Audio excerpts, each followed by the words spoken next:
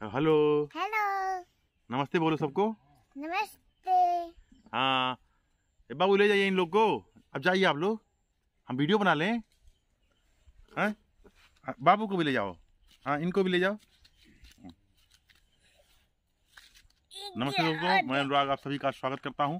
दोस्तों, UP PCS प्रारंभिक परीक्षा जो आपकी 13 जून को प्रस्तावित है, उन पर मैं कुछ चर्चा करूंगा। क्योंकि यूट्यूब में कमेंट में, उसके बाद ढेर सारे मैसेंजर में सवाल हमसे पूछे गए कि आपकी तैयारी की रणनीति क्या थी। तो आज का वीडियो मुख्यतः इन्हीं मुद्दों पर होगा। क्योंकि दोस्तों, अभी एक विज्ञप्ति मार्केट में आई है जिसमें है कि, और अखबार में भी आया है कि 13 जून को परीक्षा होगी। तो अभी हमारे दिमाग में फिलहाल यही रहना चाहिए कि हम 13 जून के दृष्टिकोण से ही तैयारी करें। लेकिन क्योंकि कोरोना काल में जिस तरह से माहौल ख़राब हो रहा है, ऐसे में परीक्षा कराना मुझे नहीं लगता कि बहुत उचित होगा। फिर भी हमें अपनी तैयारी करनी चाहिए। और चूँकि देख रहे हैं कि मुझे लगता है कि 10 में 4 घर 5 घर ऐसे होंगे ही, अगर देखा जाए तो कुछ ना कुछ समस्या हर परिवार में है। ये कि कोई मान लीजिए वायरल बुखार किसी घर में होगा, कुछ भी किसी में कोरोना होगा। मतलब कहने का तात्पर्य है कि माहौल ठीक नहीं है। तो ठीक है दोस्तों, उस बस ईश्वर है, ईश्वर सब अच्छा करेंगे।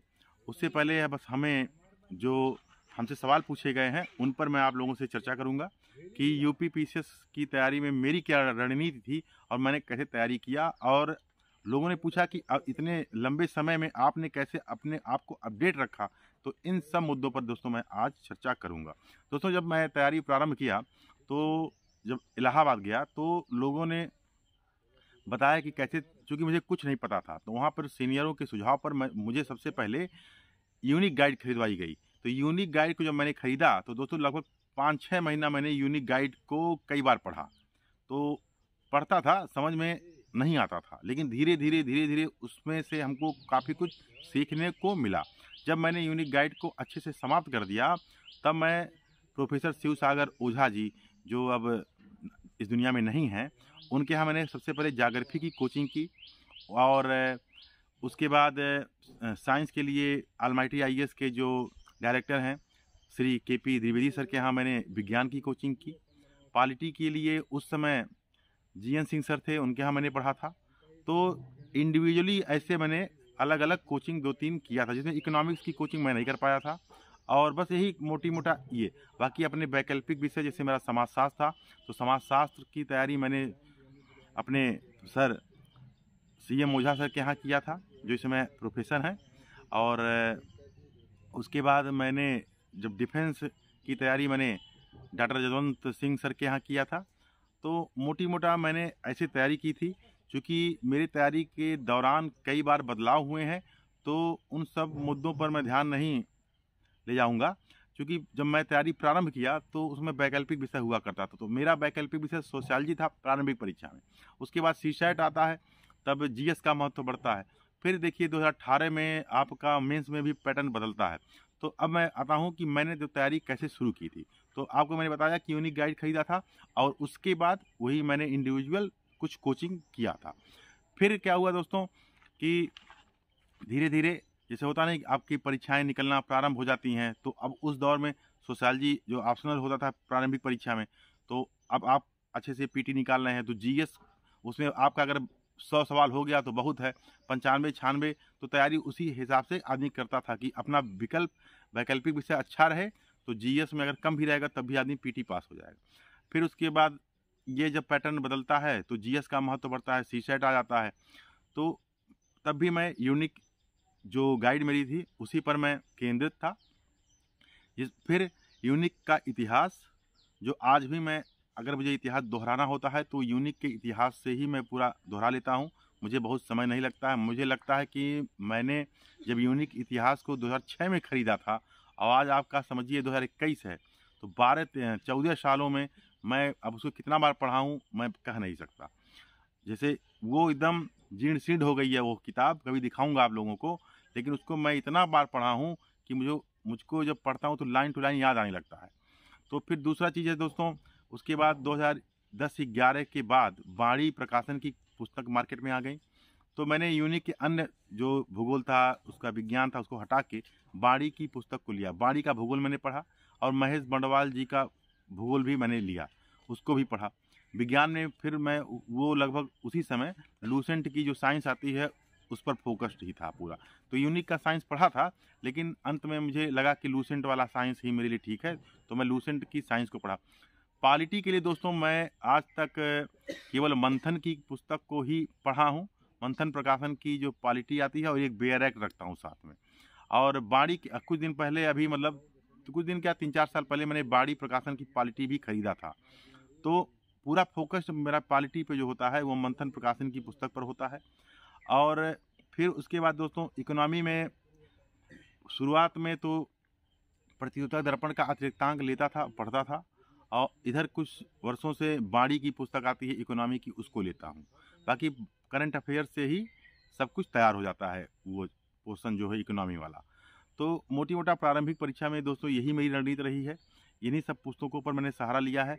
जैसे मैं आप लोग से एकदम कह रहा हूँ, ईमानदारी से कह रहा हूँ कि मैंने स्पेक्ट्रम कभी नहीं पढ़ा है, मैंने लक्ष्मीकांत नहीं पढ़ा है, ना मैंने रमेश सिंह सर की किताब को पढ़ा है। मैंने इन किताबों को मैंने नहीं पढ़ा है, क्योंकि हम एक लंबे समय से तैयारी करते चले आ रहे थे। तो जो मेरा अपना संसाधन था, मुझे अपने उन्हीं संसाधनों पर विश्वास था और मैं बार बार उन्हीं को रिवीजन कर रहा था।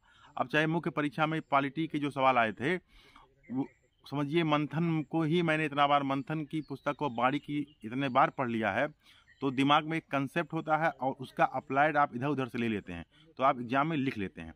तो इन किताबों का सहारा मैंने प्रारंभिक परीक्षा में लिया।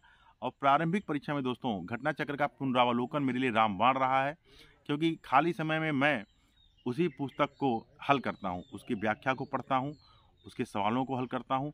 तो इन तमाम चीज़ों को कहने का तात्पर्य है, घटना चक्र की पुस्तक और उधर अन्य जो प्रकाशन इलाहाबाद से छपती थी, जैसे यूनिक की किताब से मैंने इतिहास को उठाया, मंथन से पॉलिटी को उठाया और इकोनॉमी बाड़ी से उठाया।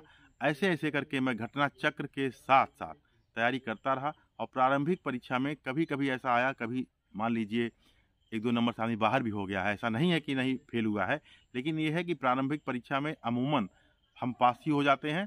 तो इन्हीं सब चीज़ों से, जो यही सब हमारे पास मैटर थे, इन्हीं से हम पास होते चले आए हैं। फिर दोस्तों मुख्य परीक्षा में तब क्या होता था कि 2 जीएस के ऑब्जेक्टिव पेपर होते थे, तो वो यहीं से तैयार हो जाता था। लेकिन 2018 में जो पैटर्न बदला प्यारे दोस्तों, तब मुझे मार्केट में बहुत सारी किताबें दिखी, चाहे वो दृष्टि प्रकाशन की हों, अन्य विजन आईएएस, ध्येय आईएएस, तमाम जितनी बड़ी बड़ी कोचिंग है सबके नोट्स मैंने देखा दुकानों पे जा जाके। लेकिन अंततः मुझे दोस्तों, मुझे केवल एक ही किताब पर भरोसा हुआ मुख्य परीक्षा में, वह थी घटना चक्र। घटना चक्र की मुख्य परीक्षा में मैंने सारे 4-5 जो सीरीज थी उसकी मैं खरीद कर ले आया। और मुख्य परीक्षा की जो रणनीति है दोस्तों, मैं आपसे साझा कर रहा हूँ।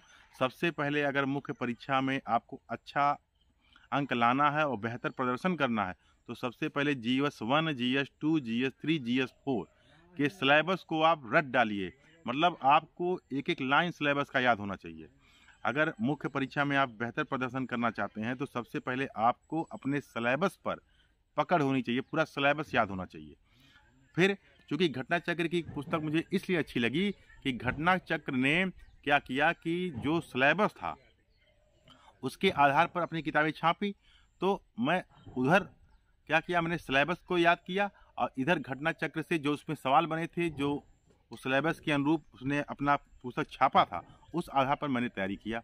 तो कहने का तात्पर्य है कि GS1, GS2, GS3 मैंने पूरी तरह से घटना चक्र पर आश्रित था। GS4 की बात नहीं कर रहा हूँ, GS1, GS2, GS3 ये तीनों पुस्तक मैंने घटना चक्र से तैयार की है। चाहे विश्व का इतिहास हो दोस्तों, उसको भी घटना चक्र से, और पॉलिटी मंथन से मैं पढ़ता था, लेकिन घटना चक्र में जो चूँकि मुख्य परीक्षा के दृष्टिकोण से छपा था, तो मैं घटना चक्र का ही सहारा लिया। फिर दोस्तों GS4 की बात आती है। GS4 अगर आपको सिलेबस याद है, समझिए 50% आपकी तैयारी GS4 में हो गई।